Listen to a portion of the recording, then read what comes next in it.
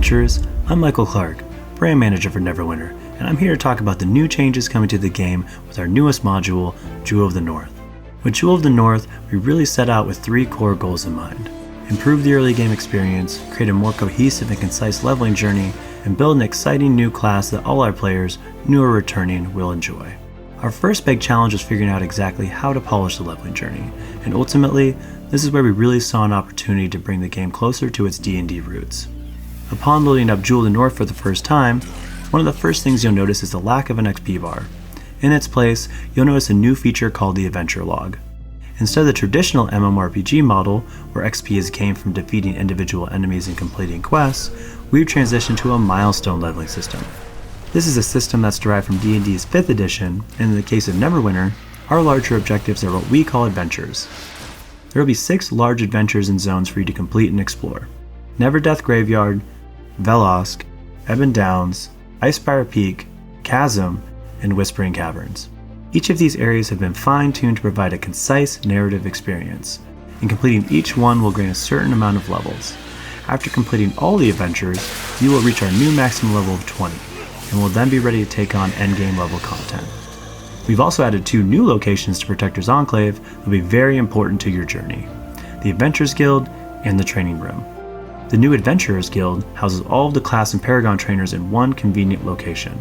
It'll also be where you go to learn all the new mechanics and game systems. The Training Room is exactly what it sounds like. This will be somewhere that players can visit to test out new abilities and builds using a vast array of modifiers to replicate different combat scenarios. Our final goal was to create a fun new class, which we think we accomplished with the Bard. The Bard is a support DPS hybrid class who uses the power of music to enhance their allies and defeat their enemies. And as one of the more popular D&D classes, we knew it would be a great fit for our game. In order to truly execute on the dream of playing a Bard, we've introduced a new mechanic called Performance Mode. This allows the Bard to weave together songs during combat by pressing a string of notes in sequence, each of which represents a different song ability. Think of it like the Ocarina and Zelda's Ocarina of Time. Be careful though, the Bard has a limited performance meter, so pay close attention to that during combat. While this feature will be limited to a certain set of notes in combat, you'll be able to enter free performance mode out of combat, which boosts your musical repertoire to include more octaves and semitones. Like the other classes in Neverwinter, you'll be able to choose from 2 Paragon paths at level 11, both of which change up your playstyle considerably. With the Bard, you'll get to choose between the Swashbuckling Songblade and the more traditional healer support path, the Minstrel. The Songblade is all about mobility, style, and damage output. This deadly duelist is at their best when they're dashing in and out of combat, striking opponents' weak points, and buffing both themselves and allies with elemental damage.